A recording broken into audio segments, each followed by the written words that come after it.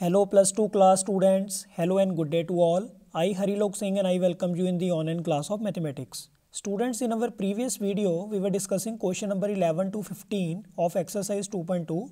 Today we will discuss the remaining 5-6 parts and we will finish this exercise, we will finish this chapter. So let us start question number 16. तो देखिए यहाँ पे question number 16 में क्या है, find the values of each of the following. 16, 17, 18 तीनों questions में आपने सिंप्लीफाई ही करना है यहाँ पे। तो 16 क्वेश्चन देखते हैं। सबसे पहले we are given sine inverse sine of 2π/3। Questions बहुत ही सिंपल है स्टूडेंट्स। यहाँ पे कैंसिलेशन करने से पहले आप ये देखो कि ये जो एंगल है ये साइन इनवर्स एक्स की प्रिंसिपल वैल्यू ब्रांच को बिलोंग कर रहा है या नहीं कर रहा है। तो सिस्टमेटिकली चलते हैं। सबसे पहले यहाँ पे मैं लिख रहा हूँ range of principal value branch को हम क्या बोलते हैं, रेंज। तो range of sine inverse x, तो ये क्या होती है, ये मैंने आपको वेरी फर्स्ट वीडियो में बताया था, -π/2 to π/2 क्लोज इंटरवल। इसको आप ऐसे भी लिख सकते हो -90 डिग्री से 90 डिग्री। तो if you are comfortable with degrees then write it in degrees. तो यहाँ पे है हमारे पास 2π/3। तो देखिए स्टूडेंट, ये जो 2π/3 है इसको आप ऐसे लिख सकते हो 2 × 180/3। ये हमारे पास बन जाएगा 2 × यहाँ पे कटिंग होगी 3 6 18 यानी 60। तो ये बन रहा है 120 डिग्री। अब देखो ये जो 120 डिग्री का एंगल है it does not belong to -90 to 90। ये 90 डिग्री से ग्रेटर हो गया, it is going beyond this interval. तो we need to convert it. तो यहाँ पे डायरेक्ट कैंसिलेशन कभी भी आपने जल्दी में नहीं करनी। सबसे पहले आपने ये चेक करना है कि ये जो थीटा है, ये जो एंगल है, क्या ये गिवन इनवर्स ट्रिग्नोमेट्रिक फंक्शन की रेंज को यानी प्रिंसिपल वैल्यू ब्रांच को बिलोंग कर रहा है या नहीं कर रहा है। अगर तो बिलोंग कर रहा है then you can directly cancel the trigonometric function inverse trigonometric function, otherwise we need to convert it. तो अब कन्वर्ट कैसे करेंगे, देखो यहाँ पे है साइन इनवर्स, अंदर जो आपके पास साइन 2π/3 है, यहाँ पे क्लास 11 वाले आपके ट्रिग्नोमेट्री के फॉर्मूले यूज़ होंगे। तो इसको हम कैसे लिखेंगे, देखिए स्टूडेंट, इसको मैं ऐसे लिख सकता हूँ 3π - π/3। तो 3 - 1 2, तो ये स्टेप वैलिड है। अब देखो यहाँ पे आप दोनों को सेपरेट कर दो, sine inverse as it is और यहाँ पे आ गया साइन 3π/3। यहाँ पे 3 से 3 कैंसिल आउट, हमारे पास बचा पाई, और यहाँ पे π/3 इसको आप एज इट इज़ लिख लो। अब यहाँ पे कौन सा फॉर्मूला बन रहा है +1 वाला, ये बन रहा है आपके पास साइन π - x। तो देखिए स्टूडेंट, यहाँ पे लॉजिक क्या होता है कि because of pi we will write the same trigonometric function.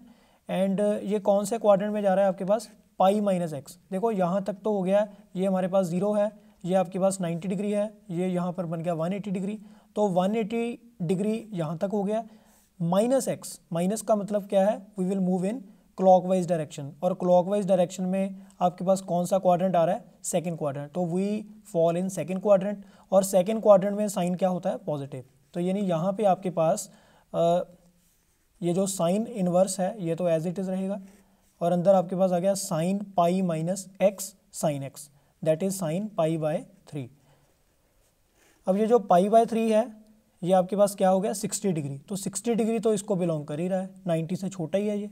तो यहाँ पे ये डायरेक्ट कैंसिल हो जाएंगे and we are left with π/3। यहाँ पे आप बता भी सकते हो कि बिकॉज π/3 बिलोंग्स टू -π/2 to π/2। तो student, this was question number 16। आगे जो क्वेश्चन नंबर 17 है that is very good, similar to question number 16। इसकी स्टेटमेंट है tan इनवर्स tan ऑफ 3π/4। तो यहाँ पे अगेन सबसे पहले हम लिखेंगे range of tan inverse x।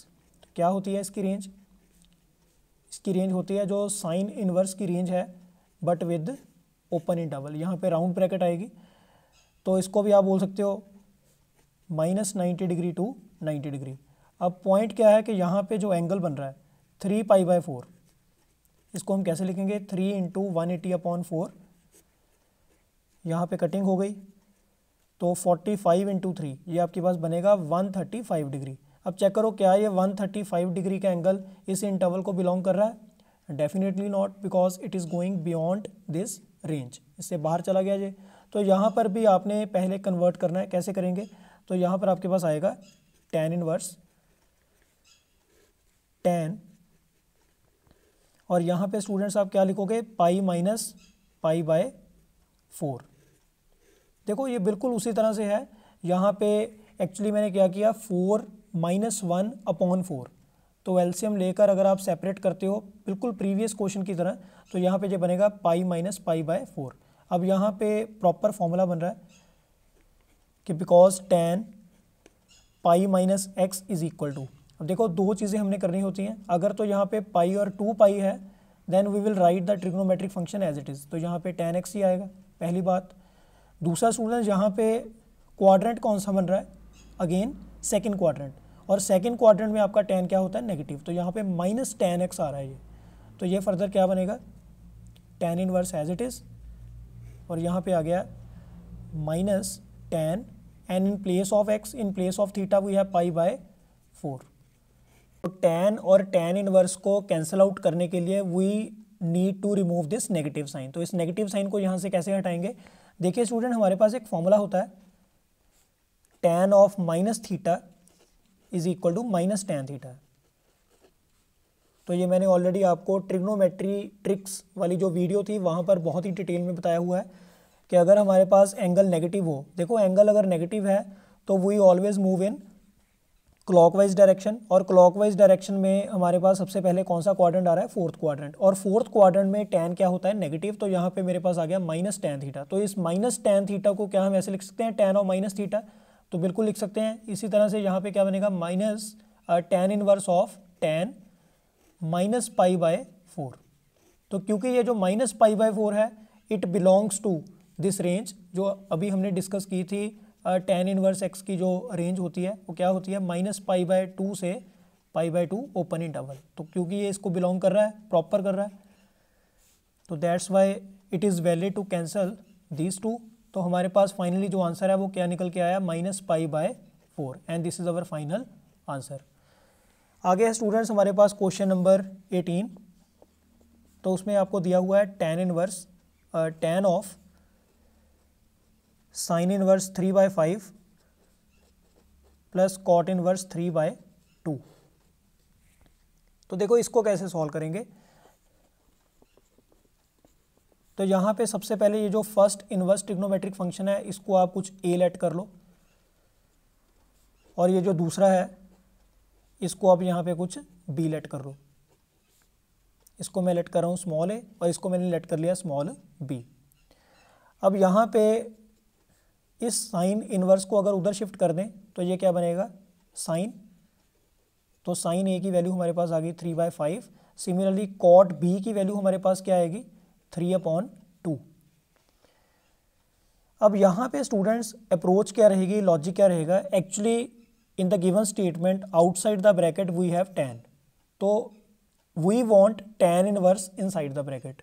तो हमारी कोशिश है कि अंदर tan इनवर्स आ जाए किसी तरह से, सो दैट के tan इनवर्स और tan दोनों क्या हो जाएं? Cancel out, and we get the answer in simplified form. तो देखो यहाँ पे अंदर tan इनवर्स क्रिएट करने के लिए यहाँ पे इन दोनों में से आप tan कैलकुलेट करो। अब देखो साइन a अवेलेबल है तो कैसे भी आप सॉल्व कर लो। यहाँ पे मैं कॉस स्क्वायर थीटा का फॉर्मूला लगा रहा हूँ। कॉस स्क्वायर थीटा क्या होता है? 1 माइनस साइन स्क्वायर थीटा। तो ये बन जाएगा 1 माइनस 3/5 स्क्वायर। तो ये फर्दर क्या बना? 1 माइनस 3 का स्क्वायर 9/5 का स्क्वायर आपके पास 25 आ गया। तो ये एलसीएम ले लो आगे, एलसीएम लेकर आपके पास बनेगा 25 माइनस 9/25। तो ये माइनस करके आ रहा है आपके पास 16/25, और ये किसकी वैल्यू आ रही है आपके पास? कॉस स्क्वायर ए की।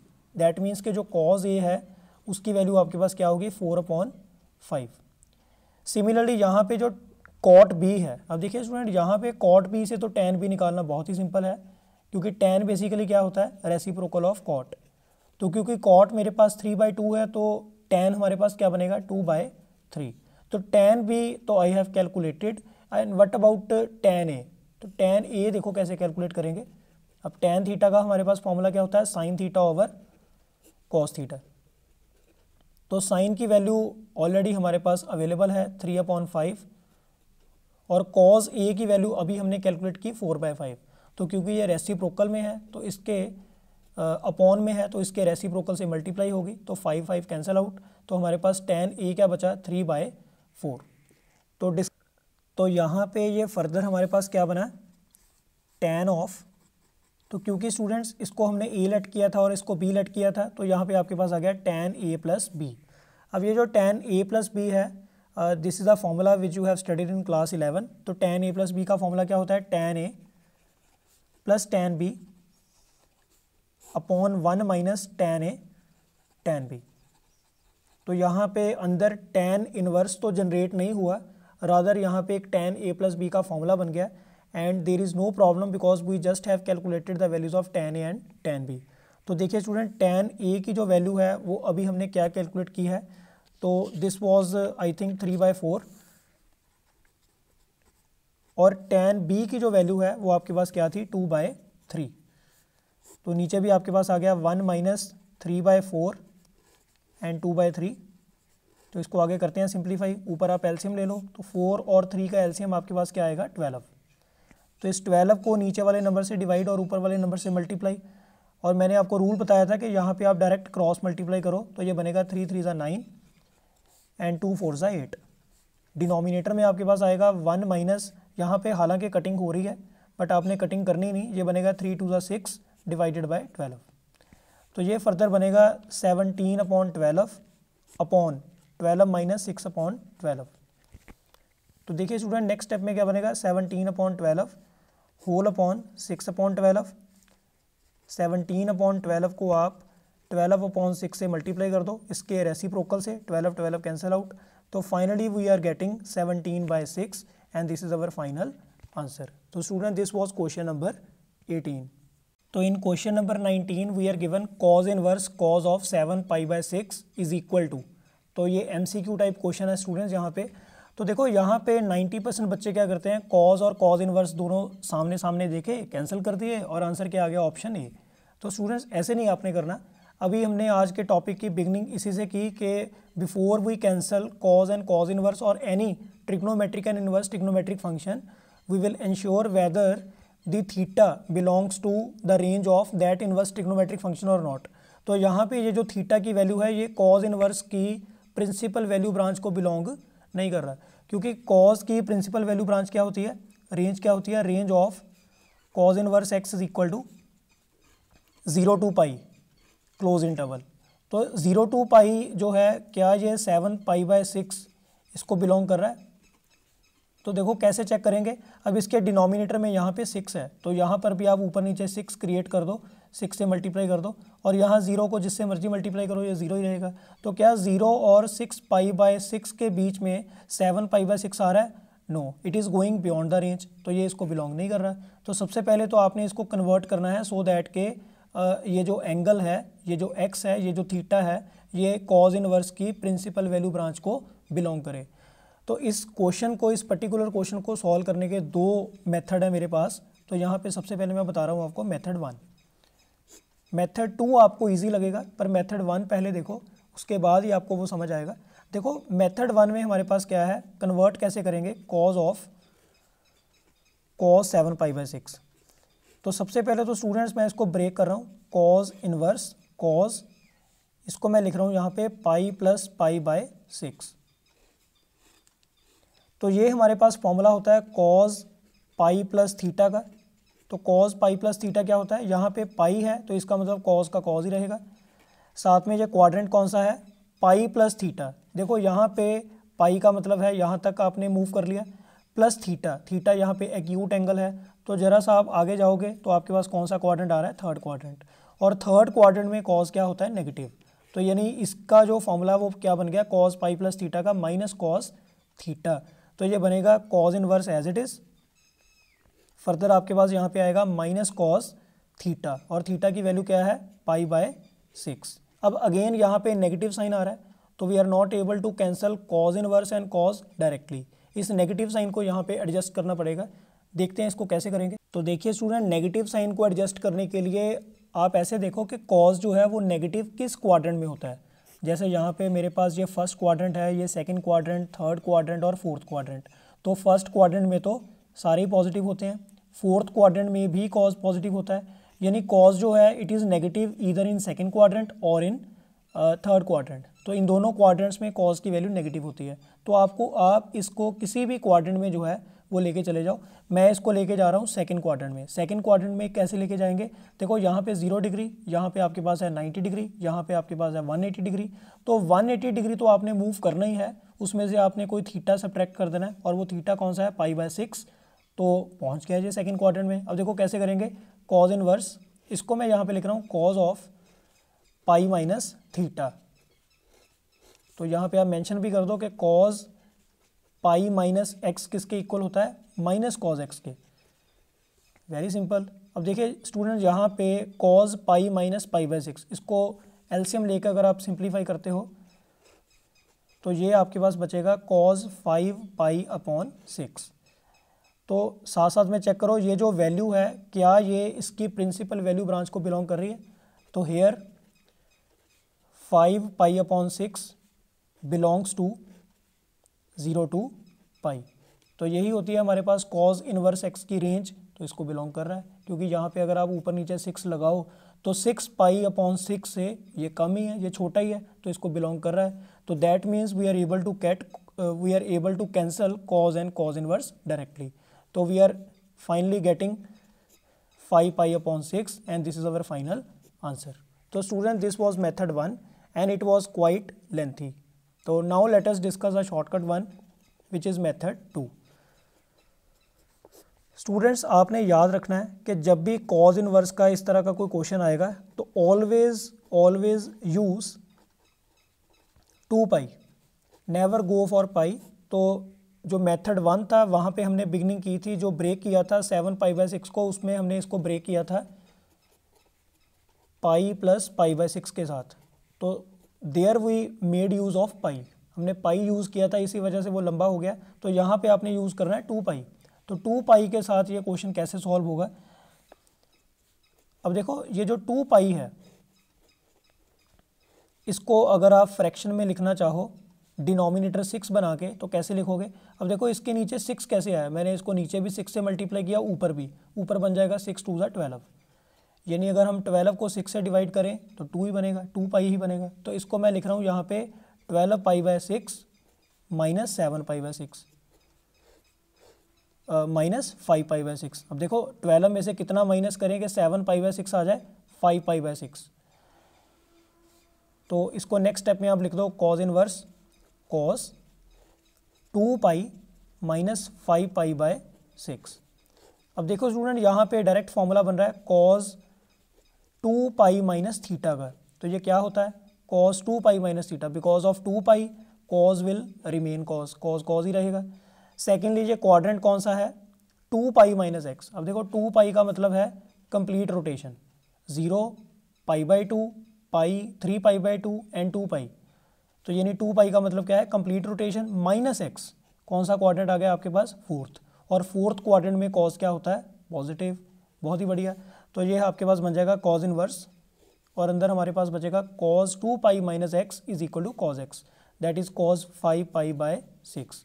And because this angle belongs to principal value branch of cos inverse, तो we can cancel these two directly. तो अल्टीमेटली हमारे पास क्या बचा, 5π/6। तो in method 2 we made almost 50% steps less as that of method 1। तो students, इसको आपने प्रेफर करना है। तो डिस्कस करते हैं आगे क्वेश्चन नंबर 20। तो before that pause the video and note it down.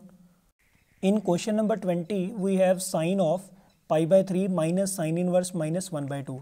ये तो बिल्कुल स्ट्रेट फॉरवर्ड क्वेश्चन है स्टूडेंट्स, इसको आपने बस सॉल्व ही करना है। तो π/3 एज इट इज़, अप्रोच हमारी क्या थी, ये हमने लास्ट टू लास्ट वीडियो में भी किया था कि इनर मोस्ट ब्रैकेट को पहले सिंप्लीफाई करेंगे। इनर मोस्ट ब्रैकेट हमारे पास यही है। तो पहली बात तो साइन इनवर्स माइनस x क्या होता है, माइनस साइन इनवर्स x। तो बाहर भी माइनस है तो ये बन गया पॉजिटिव, और यहाँ पे आएगा साइन इनवर्स 1/2। साथ में आप मेंशन कर दो because sine inverse of minus x is equal to minus sine inverse x। तो सबसे पहले तो फॉर्मूला ये बन गया। आगे है साइन ऑफ π/3 प्लस, अब देखिए स्टूडेंट यहाँ पे साइन की वैल्यू 1/2 कितने डिग्री पे होती है, इट इज़ एट 30 डिग्री को हम कैसे लिखते हैं, π/6। तो क्योंकि ये जो π/6 है ये साइन इनवर्स x की प्रिंसिपल वैल्यू ब्रांच को बिलोंग कर रहा है, तो कर रहा है ना बिलोंग, ये π/6 बिलोंग्स टू -π/2 टू π/2, यानी -90 टू 90 में 30 डिग्री तो आ ही रहा है, 30 डिग्री जो है वो 90 से क्या है, छोटा ही है, तो ये बिलोंग कर रहा है, तो इसको आप डायरेक्ट कैंसिल कर दो। तो हमारे पास बचा साइन ऑफ π/3 प्लस π/6। अब देखिए स्टूडेंट, ये हमारे पास 60 डिग्री है और ये हमारे पास 30 डिग्री, तो कुल मिला के ये क्या बन गया, साइन ऑफ 90 डिग्री। 90 डिग्री को हम कैसे लिखते हैं, π/2। एंड व्हाट इज साइन 90 डिग्री, साइन 90 इज 1, वेरी इजी। और ऑप्शन अगर आप चेक करो तो ऑप्शन डी बन रहा है यहाँ पे, तो option D is the right answer. In question number 20 we are given tan inverse √3 minus cot inverse minus √3 is equal to. तो इसको कैसे सिंप्लीफाई करेंगे, देखो ये जो √3 है, tan की वैल्यू √3 कितने डिग्री पे होती है, 60 डिग्री पे, दैट इज़ π/3। और ये जो π/3 है ये इस tan इनवर्स की प्रिंसिपल वैल्यू ब्रांच को बिलोंग करता है, तो ये कैंसिल हो गए। अब यहाँ पे है कॉट इनवर्स माइनस एक्स, तो क्या होता है students, cot inverse minus x का फॉर्मूला ये होता है हमारे पास pi minus cot inverse only x, यानी यहाँ पे कॉट का जो एंगल है वो पॉजिटिव होगा और यहाँ पे आपके पास क्या आएगा, pi minus cot inverse positive angle. तो नेक्स्ट स्टेप में हमारे पास बचा π/3, आगे है नेगेटिव साइन और ये पाई जो है ये बाहर आके क्या होगा, नेगेटिव, और माइनस माइनस ये बन गया प्लस, कॉट इनवर्स साथ में है √3। अब साथ में लिख दो कि कॉट √3 कितने डिग्री पे होता है। तो देखिए स्टूडेंट, कॉट जो है अगर उसका आप रेसिप्रोकल करो वो बनेगा tan, और tan की वैल्यू 1/√3 कहाँ पे होती है, यस एग्जैक्टली 30 डिग्री पे, तो यहाँ पे ये आएगा π/6 और ये दोनों कैंसिल हो गए, क्योंकि कॉट की अब प्रिंसिपल वैल्यू ब्रांच हमारे पास क्या होती है, जो tan की प्रिंसिपल वैल्यू ब्रांच है, एक्चुअली जो cos की प्रिंसिपल वैल्यू ब्रांच है वही आपके पास आएगी विद ओपन ब्रैकेट, तो ये होती है और ये इसको बिलोंग कर रहा है, क्लियर कट कर रहा है। तो हमारे पास बचा π/3 माइनस पाई प्लस π/6। तो यहाँ पे आप एलसीएम भी ले सकते हो, यहाँ पे लॉजिकली भी हो सकता है। देखो ये हमारे पास है 60 डिग्री और ये हमारे पास है 30 डिग्री, तो 60 प्लस 30 ये बन गया 90, यानी π/2 माइनस पाई। तो 90 में से अगर आप 180 माइनस करते हो तो आपके पास क्या बचेगा, -90 डिग्री। तो स्टूडेंट्स ये कौन सा ऑप्शन बन रहा है, it is option B. And student this was exercise 2.2। इसी के साथ आपका chapter 2 inverse trigonometric functions complete है। हालांकि इसकी मिसलिनियस भी है, तो उसके लिए मैं एक अलग से वीडियो सीरीज़ लेके आने वाला हूँ, बट फ़िलहाल पहले हम एक बार सारा सिलेबस फिनिश कर लें। तो इसको आप अच्छे से रिवाइज़ करो, छोटा सा चैप्टर है, स्कोरिंग है, इसके फॉर्मूले जो हैं वो अलग सेपरेट एक रजिस्टर पे आप नोट करो। तो बहुत ही सिंपल है। 5th chapter continuity and differentiability में भी ये सारे फॉर्मूले आपके रिपीट होने हैं, तो एक बार अगर आप टाइम इन्वेस्ट करते हो तो it will be very very beneficial for you. तो मिलते हैं बहुत ही जल्दी नेक्स्ट वीडियो में और हम डिस्कस करेंगे chapter 3 matrices. Thank you very much students, thank you very much.